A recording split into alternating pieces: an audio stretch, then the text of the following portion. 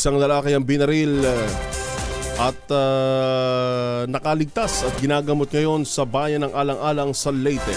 RH32 Jimmy Angay-Angay sa detalye. Jimmy. Isang lalaki binaril, hindi pa kilala ang mga sospek sa bayan ng Alang-Alang, Leyte, ginagamot sa ospital. Kilala ng Philippine National Police ang biktima, si alias Del 22 Anyos, residente ng Barangay Hupit, Alang-Alang, Leyte. Nangyari ang insidente alas 8:20 ng gabi sa naturang bayan. Sa investigasyon ng PNP, ang biktima ay sumundot sa kaniyang asawa galing sa trabaho ng tambangan ng mga sospek. Itinakbo ang biktima sa ospital para malapatan ng kakulang lunas.